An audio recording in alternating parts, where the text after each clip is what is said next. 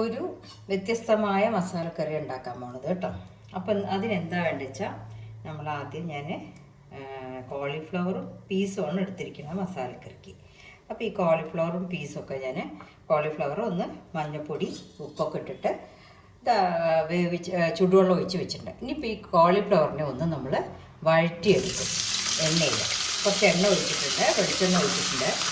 ആ വെളിച്ചെണ്ണയിൽ കോളിഫ്ലവർ ഒന്ന് വഴറ്റിയെടുക്കും. ലേശം ഒന്നത് വഴറ്റിയെടുക്കട്ടെ. ഇപ്പോൾ കോളിഫ്ലവർ ഒന്ന് എണ്ണയിൽ ഒന്ന് എന്താ പറയുക ലൈറ്റായിട്ട് ഫ്രൈ ആയിട്ടുണ്ട് കേട്ടോ. അത് ഫ്രൈ ആയിട്ടുമ്പോൾ നമുക്ക് നല്ലൊരു മണം വരും. ആ കോളിഫ്ലവറിൻ്റെ എണ്ണയിൽ വറുത്തൊരു മണം വരും. ഇനി അതിന് ഞാൻ നമ്മുടെ വേറെ കൂട്ടാൻ വയ്ക്കാൻ പോണ കറി ഉണ്ടാക്കാൻ പോണ പാനിലേക്ക് മാറ്റി കോളിഫ്ലവർ. ഇനി ഇതിലേക്ക് നമ്മളതുമാതിരി ആ പീസ് ഇട്ടിട്ട് ഇതേമാതിരി ഒന്ന് വറുത്ത് പീസും എടുത്ത് അതിലിടും. എന്നിട്ടാണ് നമ്മൾ ഈ കറി ഉണ്ടാക്കുക. ഇതിൽ ഈ കറിയുടെ സ്പെഷ്യൽ എന്താ വെച്ചാൽ എല്ലാം വറുത്തിട്ടാണ്, ഒന്നും നമ്മൾ പച്ചയില്ല, എല്ലാം വറുക്കും. പീസും പീസ് എടുത്ത് വെച്ചിട്ടുണ്ട്. ഇനി ആ പീസ് ഒന്ന് ഒരുമാതിരി അതിൻ്റെ ഒരു പച്ചമണം ഒന്ന് എണ്ണയിലൊന്ന് വെന്ത് കിട്ടണം. പകുതി വേവ് നമ്മുടെ ഇതിൽ കഴിഞ്ഞു. അപ്പോൾ പെട്ടെന്ന് കൂട്ടാനാവും ചെയ്യും.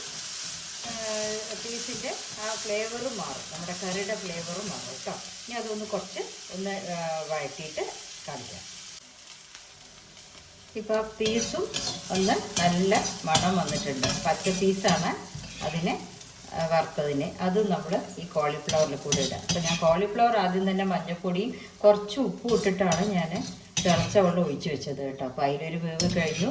ഒന്ന് എണ്ണയിൽ വറുത്തെടുത്തപ്പോൾ അതിൽ രണ്ടാമത്തെ വേവ് കഴിഞ്ഞു. ഇനി പെട്ടെന്ന് ഈ കറി ആവും. ഇനി ഇതിനെ നമ്മൾ കുറച്ച് മഞ്ഞൾപ്പൊടിയും വെള്ളം ഒഴിച്ചിട്ട് തിളപ്പിക്കണം. ഇനി ആദ്യം അതിലേക്ക് കുറച്ച് ഞാൻ ഈ പാത്രത്തിലേക്ക് വെളിച്ചെണ്ണ ഒഴിച്ച് ഒരു വലിയ ഉള്ളി നീളത്തിൽ മുറിച്ചെടുത്തു. ഇനി വലിയ ഉള്ളി ഒന്ന് ചെറുതായിട്ട് അത് ചുവന്ന നിറാവണം കേട്ടോ. അതിന് കുറച്ച് ഉപ്പിട്ട് കൊടുക്കാം. അപ്പോൾ പെട്ടെന്നാവും. ഇവിടെ നമ്മൾ ഈ കറിയിലേക്ക് കുറച്ച് ഉപ്പിട്ടിട്ട് അതിൻ്റെ കോളിഫ്ലവറിൽ നേരത്തെ ഇട്ടിരുന്നു, അത് നോക്കിയിട്ടിട്ടാൽ മതി. വെള്ളം ഒഴിച്ച് അത് തിളപ്പിക്കാൻ വയ്ക്കാം, കറി തിളപ്പിക്കാൻ വയ്ക്കാം കേട്ടോ.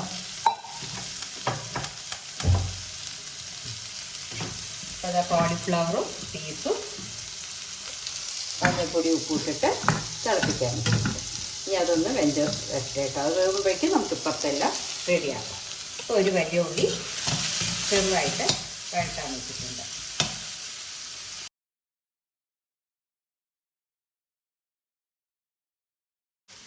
ഇപ്പോൾ ഉള്ളി ഒന്ന് ചെറുതായി കളർ മാറിയിട്ടുണ്ട്. ഇനി എനിക്ക് എന്താ വേണ്ടത് വെച്ചാൽ ഞാൻ വെളുത്തുള്ളി ഇഞ്ചി പേസ്റ്റ്, പെരുംജീരകം, 2 പട്ട, ഒരു 3 ഗ്രാമ്പ് എടുത്തിട്ടുണ്ട്. ഇതെല്ലാം കൂടെ അതിലിട്ടിട്ട് വഴറ്റണം കേട്ടോ. ഇതെല്ലാം കൂടെ നമ്മളിതിലിട്ട് വഴറ്റണം. അപ്പോൾ വെളുത്തുള്ളിയുടെയൊക്കെ വാസന പച്ചമണം പോയിട്ട് ഒക്കെ നല്ല വറുത്ത മണം വരും. ഇതിലൊന്നും നമ്മൾ പച്ചയില്ല. അതാണ് ഈ കറിയുടെ ഒരു സ്പെഷ്യൽ. എന്താ വെച്ചാൽ പച്ചയായിട്ട് വേവിക്കുന്ന കഷ്ണത്തിലെല്ലാം വറുത്തിട്ട്. അപ്പോൾ ഇതിൻ്റെ ആ മണം വന്നു, നല്ല വാസന വന്നിട്ടുണ്ട്. ഇനി അതിലേക്ക് ഞാൻ 4 സ്പൂൺ ഇതിൽ 4 സ്പൂണും മല്ലിപ്പൊടി എടുത്ത് വെച്ചിട്ടുണ്ട്.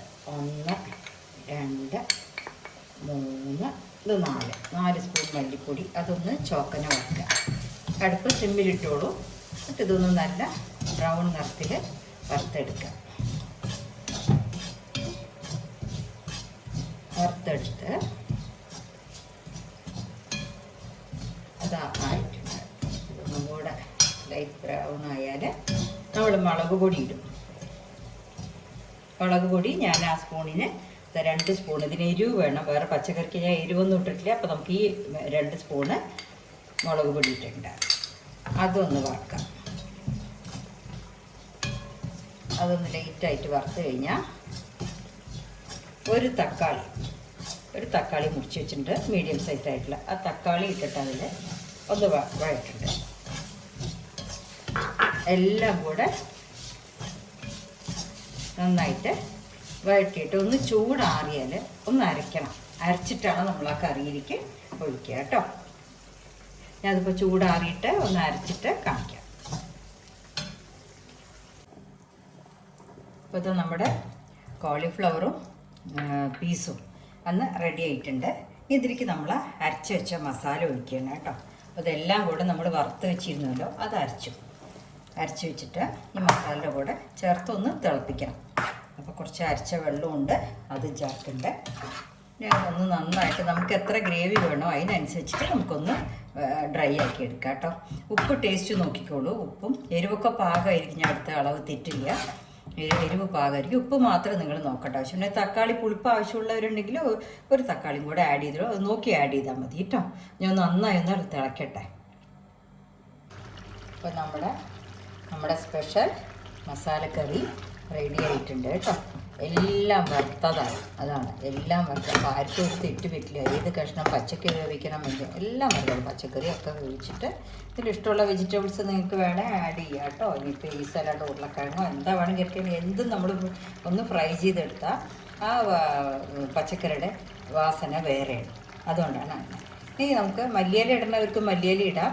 പക്ഷേ ഞാനിത് ചോറിന് കൂട്ടി കഴിക്കാനായിട്ടാണ്. അപ്പം ഞാൻ കുറച്ച് കരിവേപ്പിൻ്റെ അരി, ഇത്തിരി വെളിച്ചെണ്ണ ഒഴിക്കുന്നുണ്ട് കേട്ടോ.